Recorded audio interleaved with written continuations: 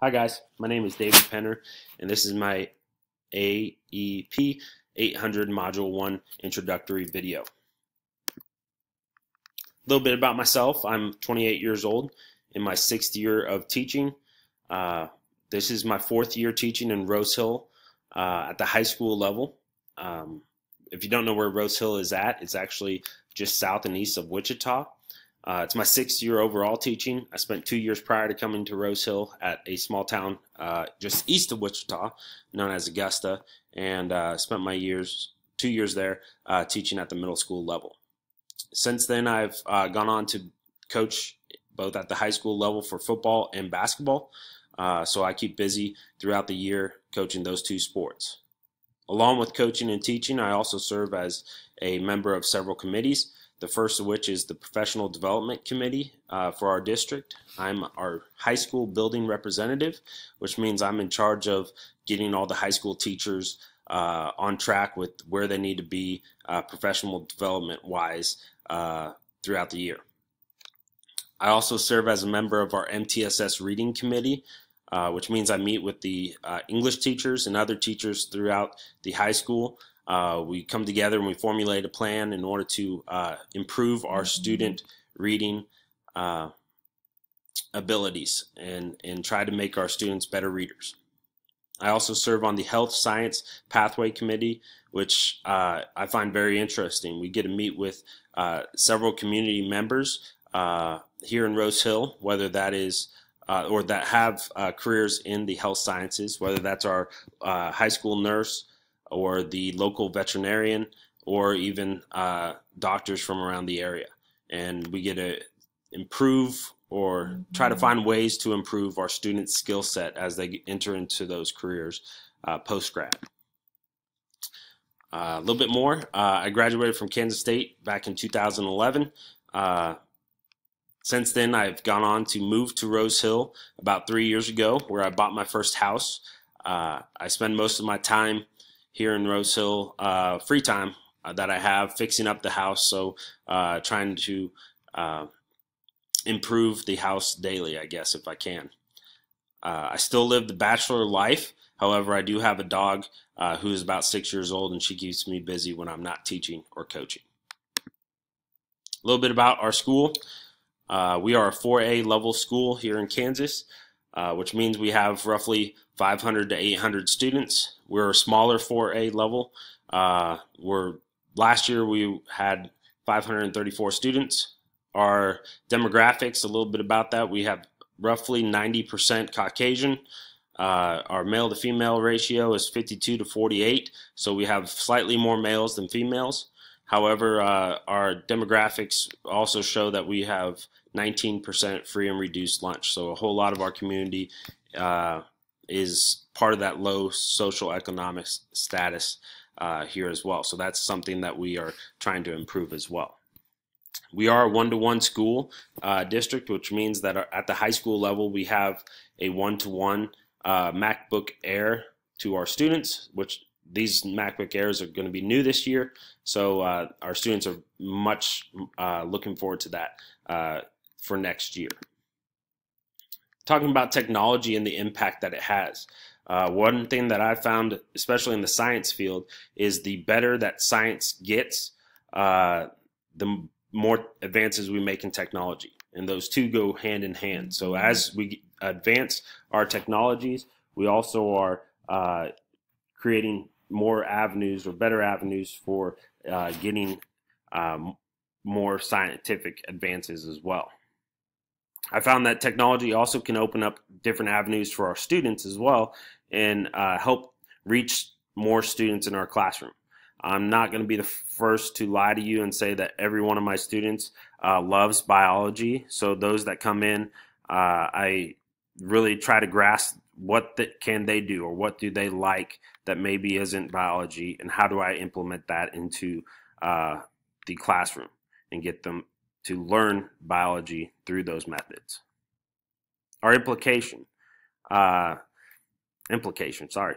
The more familiarized I found that students are with technology, the better skill set they have as they enter into the workforce, which means that the students themselves will have a skill set that is presented to their careers and that they're able to do, and so that makes them more appealing for the actual jobs that they are applying for.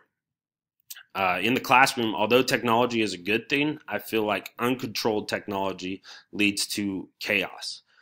So it's our jobs as teachers to find avenues we can use in order to make the students productive in the classroom and get them going in the right direction. So whether that's websites like Prezi or Google Slides, the better ownership you can get the students to have in their learning styles, the better they learn. I've also found that technology influences several different things. The first is new technology allows for more precision in science. So the better technology we have, the better records of data we can have, and the more precise measurements we can have in science as well. It also allows for students to become more creative in the learning process. Whether it's those two apps I showed you on the last slide, Prezi and Google Slides, it allows for them to actually take ownership of the material and actually own the knowledge that they are gleaning. Our school actually took a step in the right direction, I believe. This past year, we got a new technology director. Along with that new technology director, we took a whole 180 turn in how we approach technology. The last technology director was very strict about what was open to the teachers and open to the students for the learning process. Things such as Google Classroom were even blocked for our teachers. This new technology director opened up those avenues. So we have less restrictions on us as teachers, less restrictions on our students, and thus I believe the learning process is going to just dramatically improve. One thing that I personally have tried to do in the last 2 years is go more online with my classroom, which is tough to do. But I found that it is also makes better learning processes for the students. I've kept record of my scores on tests and assignments, and they've have improved greatly since we've gone more online. Two websites I credit that to is Schoology and Google Classroom. Schoology I use for all of our formative assessments, so tests and quizzes, we take that on that website. And then Google Classroom, I have most of my students turn in their assignments through Google Classroom, which once again allows for them to be more creative and own the material. Other technology that we use in my classroom are microscopes. That's if they work. When we study cells, we actually use microscopes. I have roughly, I believe, 12 microscopes. However, 8 of them are currently not working properly. So depending on the day, I may have anywhere from 4 to 6 microscopes that work. And so one of my improvement plans is to actually get those new microscopes or get those microscopes replaced. I also use online labs and dissections for certain students that cannot handle dissecting a frog. I found that to be very great and useful resources. They still get the learning process, however, they don't have to actually touch the frog. And I know a lot of us don't like to do that. I try to implement as many videos into my content as well. I found that videos, even if they're short, tiny clips, actually gain the attention of the students better than a teacher sitting in front of the classroom and lecturing at the class. Our school also has adapted a website known as Career Cruising. We're using this website in order to help identify the certain skill sets our students have and the possible careers that they can have, postgraduate careers that they can have, and in order to better generate success for our students as they graduate. My plan of action is to actually find a way to generate funds in order to replace our microscopes. That's something that I was too late on doing this year, turning in the paperwork to get the funds for replacing those microscopes. I find that we have the money, it's just I was too late to do it, and so I'm trying to get that done for next year. I would also like to go 100% paperless for my classroom. I believe I took a big step in doing that this last year. A lot of my tests were on paper 2 years ago, but this last year I moved to using Schoology, and that has been a wonder for that. Google Classroom, I'm planning on using that in order to help eliminate the paper for assignments. And then also in the PDC process, I would like to go paperless with that as well.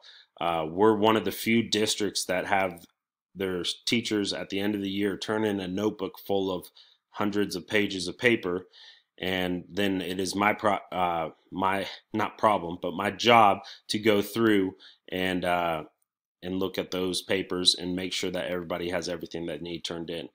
So one of my goals in accepting this PDC building rep was to get our district onto my learning plan. So that is one of my goals for this next year. I appreciate you guys watching my video. I'm looking forward to learning from all of you as well. And best of luck as we continue forward with this class. Thank you.